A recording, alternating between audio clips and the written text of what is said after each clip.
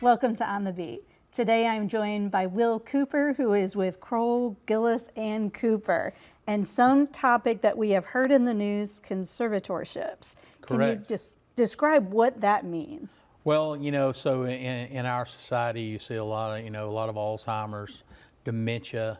You see elderly people getting taken advantage of, start spending their money, on the home shopping network and those kind of things, and spending all their money. And so a lot of times they are in need of help from both a physical and a mental side.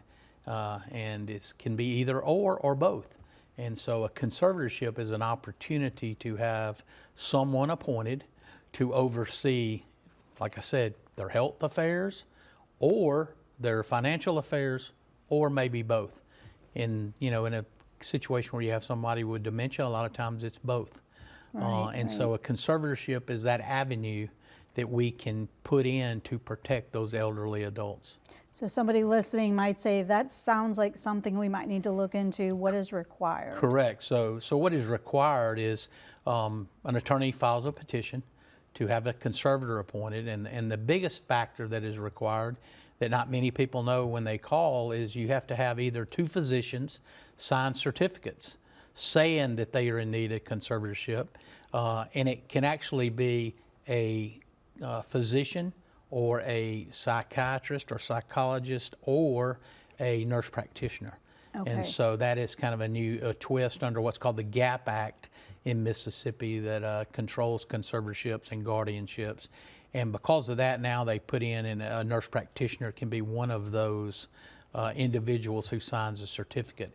And so that's the main thing that is required.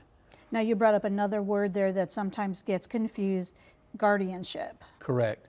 And so the difference is a guardianship is typically what we see with children, where you have children that need, i.e. supervised, children that need to own property, real estate, those kind of things. Children involved in a personal injury accident need a guardianship to handle their money and those kind of things. And so that's when you would do a guardianship, much like conservatorship, but there's no medical or physician required in that case. What would the age be? 18? Age really is, it can be all the way up to 21, because in Mississippi, 21 is the age of majority, but you definitely have to have under 14 if you're going to transact business, or they're going to, they don't have anybody to basically assist them or for them to live with, or whatever the situation, but definitely under 21.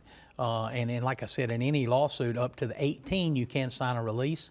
So in a guardianship with a child, you wouldn't need them at 18 because they can go ahead and sign a release. And the first step would be meeting with you first? The first step is you meet with an attorney to file that petition. Of course, in a conservatorship, you have to have, of course, you have to give notice to the ward, the person that needs the guardian or the conservator, and then you have to also put another family member on notice, i.e. a spouse or a child or a sibling, and kind of in that order, in that preference.